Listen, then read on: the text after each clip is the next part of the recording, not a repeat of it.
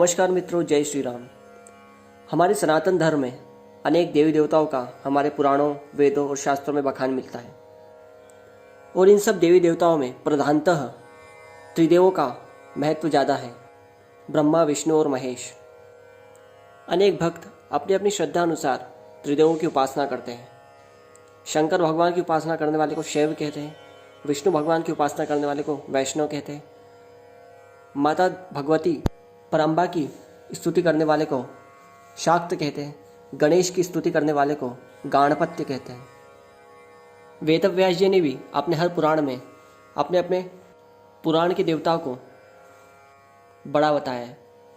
जैसे शिव पुराण में भगवान शिव को ही बड़ा बताया गया है, विष्णु पुराण में भगवान विष्णु को ही परब्रह्म बताया गया है, गणेश पुराण में गणेश को, देवी भागवत में माता देवी को, सूर्य पुराण में सूर्य को। इसी प्रकार हर पुराण के अपने प्रधान इष्ट है। हमारे सनातन धर्म का यही दुर्भाग्य है कि वह अपने अपने इष्ट को ही प्रधान बताते हैं और उससे भिन्न दूसरे इष्ट देवों की निंदा करते हैं। पुराने समय में ऐसा बहुत देखा गया था कि वैष्णव भक्त शैव भक्तों की निंदा करते थे, शैव भक्त वैष्णव भक्तों की निंदा करते थे। मित्रों, हम अपने इष्ट को छोड़कर दूसरे देवी देवताओं की भले कितनी भी निंदा कर लें, परंतु हमें यह ज्ञान होना चाहिए कि सभी देवी देवता श्रेष्ठ है, उनमें कोई भी भेद बुद्धि नहीं है। हमारे पुराणों और ग्रंथों में तो यहाँ तक लिखा है कि भगवान शिव भगवान नारायण के परम भक्त हैं और भगवान नारायण और उनके अवतार जैसे रामकृष्ण, ये भी भगवान शिव के परम भक्त हैं। दोनों ही एक दूसरे के भक्त हैं और दोनों ही एक दूसरे के दास हैं और दोनों ही एक दूसरे के इष्ट भी हैं। दोनों एक दूसरे की पूजा करते हैं और दोनों एक दूसरे की भक्ति करते हैं। दोनों कभी अपने आप को बड़ा या छोटा नहीं दिखाते। वही निर्गुण निराकार परमात्मा, सर्वव्यापी, सर्वनियंता, जगदाधार, जगदीश्वर हर कल्प में धर्म की रक्षा के लिए राम और कृष्ण के रूप में अवतार धारण करता है। वह परमात्मा एक ही है, उसमें कोई भेद नहीं है। वही परमात्मा नारायण है, वही परमात्मा शिव है, वही राम है, वही कृष्ण है, वही परम्बा भगवती दुर्गा है। परम राम भक्त गोस्वामी तुलसीदास जी ने तो रामायण में यह तक लिखा है कि शिव द्रोही मम दास कहावा, सो नर मोहि सपने नहीं पावा। अर्थात जो शिव में और मुझ में भेद बुद्धि करेगा उसको मेरी कृपा कभी प्राप्त नहीं हो सकती, ऐसा भगवान राम ने कहा है। इसी प्रकार भगवान शिव ने माता पार्वती से भी कहा है कि राम और मुझ में कोई भेद नहीं है, हम दोनों एक ही है, वो मेरे इष्ट हैं। जो मुझ में और भगवान राम में भेद बुद्धि करेगा उसे मेरी कृपा कभी प्राप्त नहीं हो सकती। वही निर्गुण निराकार भी है, वही सगुण साकार भी है। निर्गुण निराकार रूप में शिव और नारायण ब्रह्मांड के कण कण में व्याप्त है और सगुण साकार के रूप में कोई कैलाश पे है, कोई क्षीर सागर में है, कोई वैकुंठ में है, कोई अयोध्या में है तो कोई वृंदावन में है। रही बात पुराणों की, जैसे विष्णु पुराण में कहा है कि विष्णु से ही शिव और ब्रह्मा की उत्पत्ति हुई है, शिव पुराण में कहा है कि शिव से ही विष्णु और ब्रह्मा की उत्पत्ति की है, तो इसमें कोई गलत नहीं है।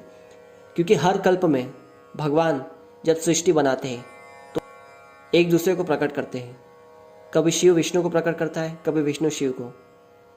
सृष्टि के आरंभ में वही निर्गुण निराकार परमात्मा सगुण साकार रूप धारण करके ब्रह्मा, विष्णु और महेश के रूप में प्रकट होता है। ये तीनों ही परमात्मा है। फिर चाहे हम विष्णु की भक्ति करें चाहे शिव की भक्ति, दोनों ही अवस्था में मोक्ष मिलेगा, इसमें कोई संदेह नहीं है। यदि हम नारायण के भक्त हैं तो शिव, ब्रह्मा, शक्ति और गणेश को नारायण का भक्त जानकर उनकी भी उपासना करो। यदि हम शिव के भक्त हैं तो नारायण, दुर्गा, गणपति, ब्रह्मा, इनको शिव का भक्त जानकर उनकी भी उपासना करो। यदि हम शक्ति के भक्त हैं तो ब्रह्मा, विष्णु, महेश, गणेश, इन चारों की उपासना कर कर इनकी भी भक्ति करो। गोस्वामी तुलसीदास जी का एक ग्रंथ है विनय पत्रिका, उसमें आरंभ में ही गणेश स्तुति में उन्होंने कहा है कि मांगत तुलसीदास कर जोरे, बसही राम सिय मानस मोरे। अर्थात मांगत तुलसीदास कर जोरे, उन्होंने हाथ जोड़कर ये किससे मांगा है कि सीताराम प्रभु मेरे हृदय में वास करें। उन्होंने शिव, ब्रह्मा, देवी दुर्गा और गणेश जी से ही ये मांगा है कि भगवान राम और सीता मेरे हृदय में वास करें। और मित्रों, मैं तो यह तक कहता हूँ कि आप कोई भी पुराण शास्त्र मत पढ़ो, केवल गोस्वामी तुलसीदास जी का एक ग्रंथ विनय पत्रिका पढ़ लो, आपके सारे संदेह दूर हो जाएंगे। क्योंकि गोस्वामी तुलसीदास जी ने विनय पत्रिका में सभी देवी देवताओं को बराबर बताया है। उन्होंने सबकी शक्तियों का वर्णन किया है, सबके गुणों का बखान किया है। मेरी भी आप सबसे हाथ जोड़कर यही विनती है कि किसी भी देवी देवता में भेद बुद्धि ना करो। किसी एक देवता को इष्ट मानकर बाकी दूसरे देवी देवताओं को उनका भक्त जानकर उनकी भी उपासना करो, तो आपकी भक्ति तभी सार्थक होगी। यदि हम शिव की भक्ति करके किसी और को गॉड बताने की कोशिश करेंगे तो शिव की उपासना कभी सफल नहीं होगी। राम और शिव में भेद नहीं है, जहाँ राम है शिव भी वहीं है। तो इसी के साथ विदा लेते हैं मित्रों। जय श्री राम।